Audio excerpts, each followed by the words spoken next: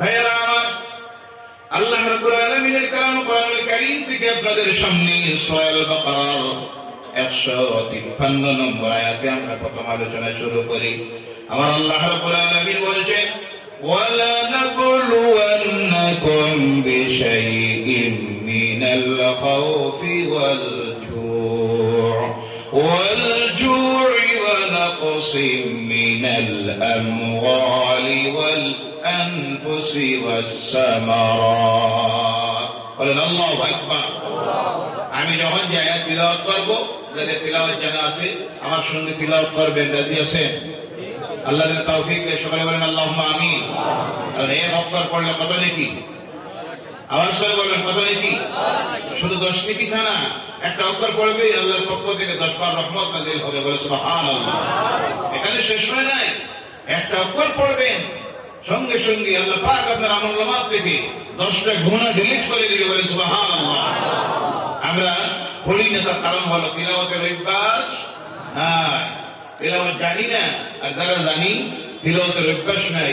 এজন্য যখন আপনার সামনে মাহফিলে তিলাওয়াত করা হয়, আমরা মুখটা খুলতে রাজি হই না। তিলাওয়াত করবেন, গান যদি গায় সঙ্গে তালে মিলাইয়ে গানও গায়, কোনটা নাচে বাসে না নাই, কারণ গানের অভ্যাস আছে। কি আছে? গানের অভ্যাস আছে। তিলাওয়াতের অভ্যাস তৈরি করুন। আল্লাহ পাক এই আয়াতের মধ্যে বলতেছেন, وَلَنَبْلُوَنَّكُمْ بِشَيْءٍ مِّنَ الْخَوْفِ وَالْجُوعِ وَنَقْصٍ مِّنَ الْأَمْوَالِ وَالْأَنفُسِ وَالثَّمَرَاتِ। আমি তোমাদেরকে পরীক্ষা করব, আমি তোমাদেরকে পরীক্ষা করব। কোন সময় ভয়ের মধ্যে ছেড়ে দিয়া, কোন সময় ক্ষুধার মধ্যে ছেড়ে দিয়া, আর কোন সময় তোমাদের জান মালের ক্ষতিগ্রস্ত করাইয়া, তোমাদের ফল ফসলাদির মধ্যে ক্ষতিগ্রস্ত করাইয়া আমি আল্লাহ তোমাদের পরীক্ষা নিব। কথাটা কার? আল্লাহ বলছেন পরীক্ষা নিবেন আমাদের। 1 নম্বরে ভয়ের মধ্যে ছেড়ে দিয়া। আজকে আমাদের ভয় আছে না নাই? তাড়াতাড়ি বলবেন, আছে না নাই? সব কথা ক্লিয়ার বলা যাবে না, ইশারা বুঝে নিবেন। আমরা ভয়ের মধ্যে আসি না নাই?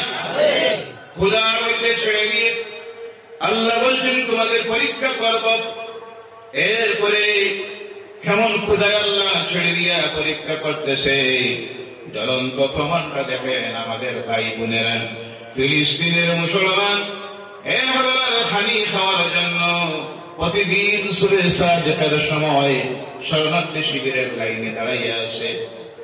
2 দিন 3 দিন চলে যায়, 1 বোতল পানি মিলে না, 1 কিলো আটা মিলে না। 1 কিলো আটার জন্য আর 1 বোতল পানির জন্য 3 দিন 4 দিন লাইনের মধ্যে দাঁড়ায় লক্ষ লক্ষ মুসলমান আমাদের ভাই বোনেরা ফিলিস্তিনিরা।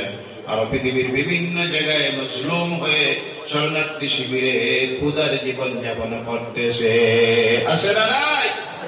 পরীক্ষা নিতেছেন কে? আওয়াজ করে বলবেন কে? 2 নম্বরে আল্লাহ বলছেন তোমাদের জান এবং মালের ক্ষতিগ্রস্ত করাইয়া তোমাদের পরীক্ষা নিব।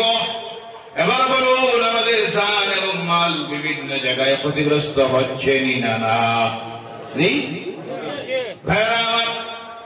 তোমাদের ফল ফসলাদির মধ্যে ক্ষতিগ্রস্ত করাইয়া তোমাদের পরীক্ষা নিব।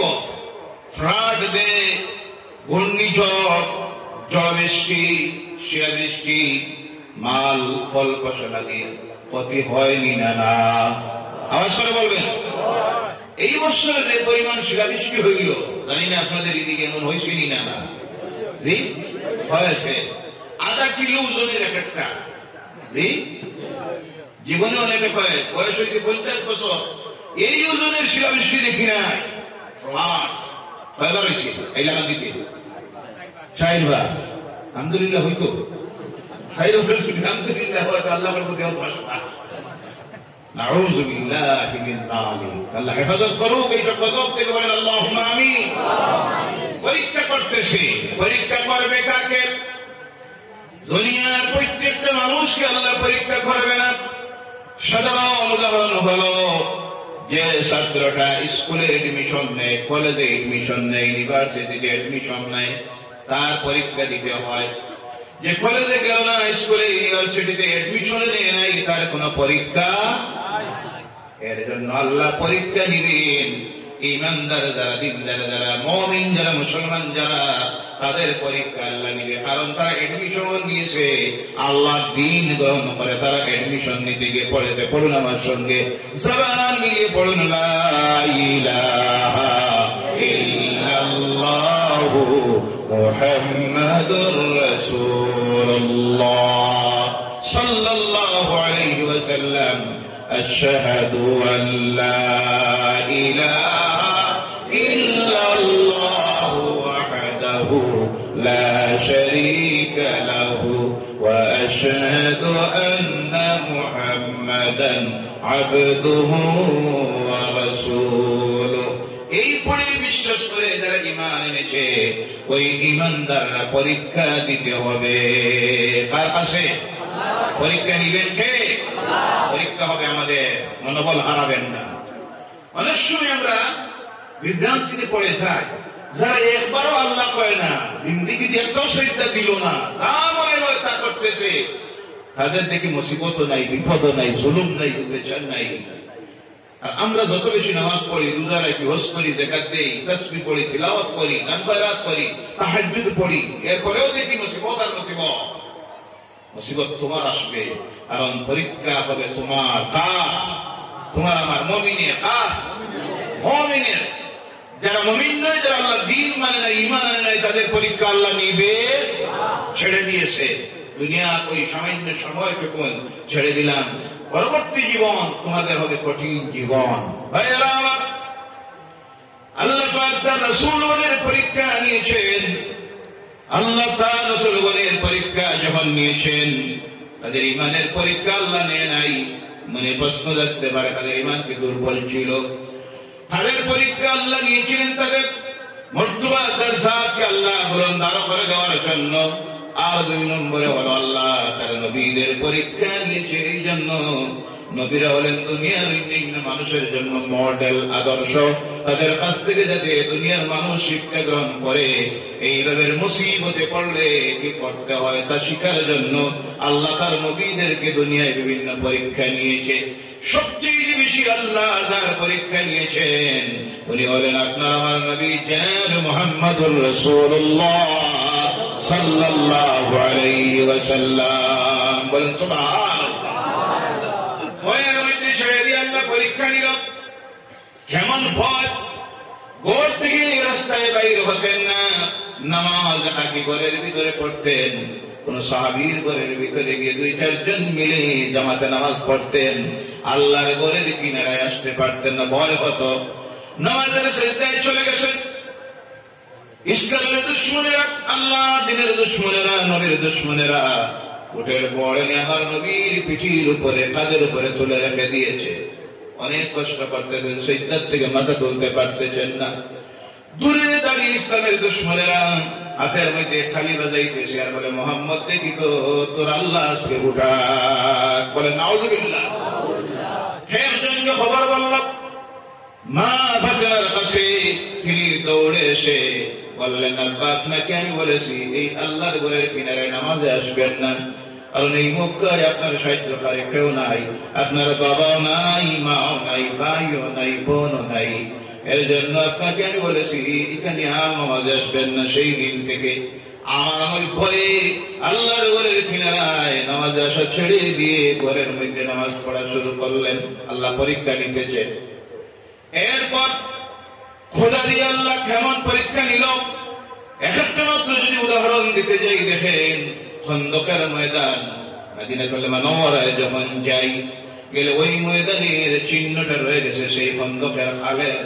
যখন গিয়ে দাঁড়াই, বারবার মনের মধ্যে পড়ে এই খাল তো সেই খাল যেখানের মধ্যে আমার নবী পেটে পাথর বেঁধে কোদাল দিয়ে মাটি টান করেছিলেন। সুবহানাল্লাহ বলেন। হযরত জাবির রাদিয়াল্লাহু তাআলা বলছেন, আল্লাহ হাবিবের কিনারায় আমি দাঁড়িয়ে কোদাল দিয়ে কাজ করতেছি, হঠাৎ দেখি ঘটনার চক্রে আল্লাহ হাবিবের পেট মুবারক থেকে কাপড় উঠে গেছে। গিয়ে দেখি আল্লাহ হাবিবের পেটের উপরে 2টা পাথর বাঁধা অবস্থায়।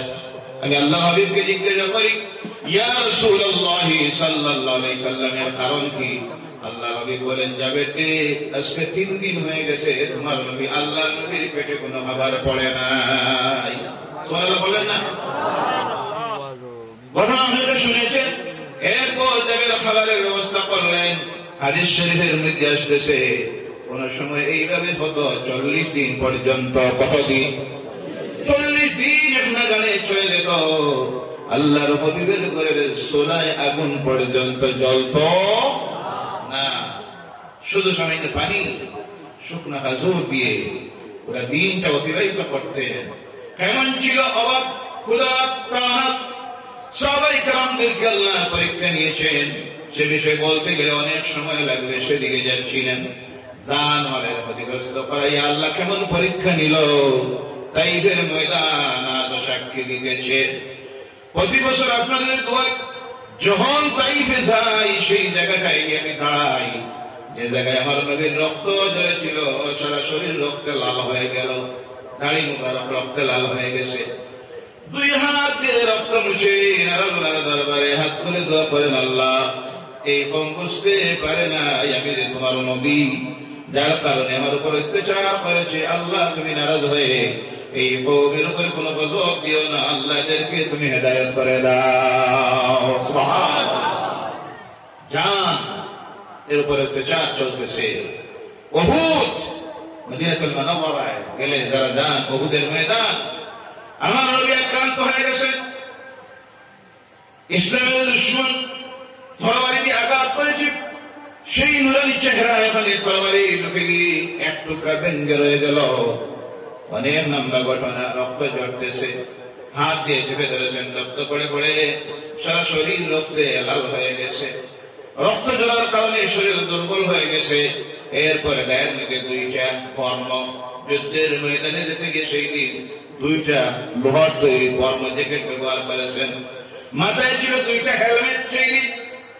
তরবারি এলাকাতে ইসলামের দুশমনদের মাথার হেলমেট বেঁধে গেছে। গায়ের ওই যে বর্ম ছিল যেগুলি, তাও বেঁধে গেছে। রক্ত ঝরতেছে, পিছনের দিকে হাঁটতেছেন। অসতর্ক অবস্থায় হঠাৎ করে সামনের দিকে পড়ে গেলেন। সামনের 2টা গান্দান শহীদ হয়ে গেল। ইন্না লিল্লাহি ওয়া ইন্না ইলাইহি রাজিউন। আল্লাহ নবীর জীবনের ইতিহাস শোনাইতেছেন। মুসলমান, আজকে তো সাময়িক কিছু হইতে গিয়া ধৈর্য হারাইয়া দিয়ে দুর্বল ইমান হওয়ার কারণে আমরা তখন বলি অবস্থাটা বেশি খারাপ না, এটা সব বাদ দেওয়া হবে। যেখান থেকে কিতাবি এমন দুর্বল ইমানদার আছে না? নাই। যে যন্ত্রণার সমস্যা শুরু হয়েছে, প্রতিদিন একটার পর একটা চলতেছে না? না। কথা বলবে, ইশারা বুঝে নিবে, চলছে না? না। প্রতিদিন একটার পর একটা। কিছু আছে যারা ইলা কয়দিন থাকা যায়, সব বাদ দিলে নাউযুবিল্লাহ বলেন। পরীক্ষা চলতেছে তোমার আমার, ইমানের পরীক্ষা। কিসের পরীক্ষা? উদাহরণ আল্লাহ তার রাসূলের জীবন রেখেছেন। লা ইলাহা ইল্লাল্লাহ, লা ইলাহা ইল্লাল্লাহ, লা ইলাহা ইল্লাল্লাহ, লা ইলাহা ইল্লাল্লাহ মুহাম্মাদুর রাসূলুল্লাহ সাল্লাল্লাহু আলাইহি ওয়াসাল্লাম। এই পরীক্ষা যখন দিতেছেন আল্লাহ রাসূল সাল্লাল্লাহু আলাইহি ওয়াসাল্লাম এবং সাহাবায়ে কেরাম, আল্লাহ রাব্বুল আলামিন তার হাবিবের প্রতি তখন আয়াত নাযিল করা শুরু করলেন। আল্লাহ পাক তার হাবিবের প্রতি আয়াত নাযিল করলেন, ফাসবির কামা সাবারা উলুল আজমি মিনার রাসূল ওয়া লা তাসতাজিল লাহুম। আল্লাহু আকবার। হে আমার নবী, আপনি ধৈর্য ধারণ করুন, আপনি ধৈর্য ধারণ করুন। এইভাবে আপনি আপনার প্রতি আপনার আল্লাহ আগের নবীরা যারা ছিলেন তারা যেইভাবে ধৈর্য ধারণ করেছিলেন আপনি সেইভাবে ধৈর্য ধারণ করুন। কারণ হলো তাদের ব্যাপারে আপনি অধৈর্য হবেন না। ধারণা করতেছে আপনার প্রতি। এই সময় আপনার 1 নম্বরের কর্তব্য হলো আপনি ধৈর্য ধারণ করবেন। কি করবেন? কি করবেন? আগের নবীরা যেভাবে ধৈর্য ধারণ করেছিলেন আপনি সেইভাবে ধৈর্য ধারণ করুন। তাদের ব্যাপারে তারা বোঝা যায়, বুঝতেছেন আপনারা? তাদের ব্যাপারে অধৈর্য আপনি হবেন না। এরপর আল্লাহ রাব্বুল আলামিন আবার তার রাসূলের প্রতি আয়াত নাযিল করে রাসূলকে সান্ত্বনা দিতেছেন। ওয়ালাকাদ কুযযিবাত রাসূলুম মিন ক্বাবলিকা ফাসাবারু আলা মা কুযযিবু ওয়া উযু হাত্তা আতাহুম নাসরুনা। আল্লাহু আকবার। হে আমার নবী, আপনার পূর্বে অনেক রাসূলকে তারা মিথ্যাবাদী বলেছে। আজকে যে আপনাকে মিথ্যাবাদী বলে গালি দিতেছে এটা নতুন নয়। আপনার আগে আরো অগণিত নবীরা এসেছিলেন, তাদেরকে তারা মিথ্যাবাদী বলেছে। এরপরে তারা কি করেছে? ওই মিথ্যাবাদী শুধু বলে নাই, তাদেরকে অনেক কষ্ট দিয়েছে, কিন্তু তারা তখন ধৈর্য ধারণ করেছিলেন। অবশেষে তাদের প্রতি আল্লাহর সাহায্য এসেছে। আমার নবী, আপনাকে তারা গালি দিতেছে মিথ্যাবাদী, জাদুকর, এটা নতুন নয়। আপনার আগে আরো নবীরা যারা এসেছিলেন তাদেরকে গালি দিয়েছে, মিথ্যাবাদী বলেছে। শুধু তা নয়, কত কষ্ট দিয়েছে। মুসা আলাইহিস সালামের জীবন, ইব্রাহিমকে আগুনের কুণ্ডে নিক্ষেপ করেছে, মুসাকে তাড়া করেছে, বাঁচার জন্য নীল নদ পাড়ি দিয়ে গেলেন। এরপরে দাউদ আলাইহিস সালামের জীবন, প্রত্যেক নবীর জীবন যখন দেখা যায় বিরুদ্ধবাদীরা যারা ইসলামের বিরুদ্ধে ছিল, তাদের ব্যক্তি স্বার্থে আঘাত আসতো, তখন তারা নবীদেরকে গালি দিত, বলতো এরা মিথ্যাবাদী। বলেন নাউযুবিল্লাহ। নবীদেরকে কষ্ট দিত। আল্লাহ রাব্বুল আলামিন এখানেও তার রাসূলের প্রতি নির্দেশ দিতেছেন, এটা নতুন নয়। আপনার পূর্বে আরো নবীরা ছিলেন, তাদেরকে তারা এইভাবে মিথ্যাবাদী বলেছে, অনেক কষ্ট দিয়েছে, কিন্তু তারা ধৈর্য ধারণ করেছিলেন। কি করেছিলেন? ধৈর্য ধারণ করেছিলেন। অবশেষে আল্লাহর পক্ষ থেকে সাহায্য এসেছে। সুবহানাল্লাহ। আল্লাহ বুঝাইয়া দিতেছেন, এই সব পরীক্ষায় যখন পড়বায় তখন ধৈর্য ধারণ করতে হবে। কি করতে হবে? আওয়াজ করে বলেন, কি করতে হবে? মাথা গরম করলে হবে না, রাগ করলে হবে না, মেজাজ হারাইলে হবে না। সঙ্গে সঙ্গে প্রতিশোধ নিতে, প্রতিশোধ নেওয়ার তো অনুমতি ইসলাম দেয় নাই। বলেন সুবহানাল্লাহ। ধৈর্য ধারণ করতে হবে। কি করতে হবে?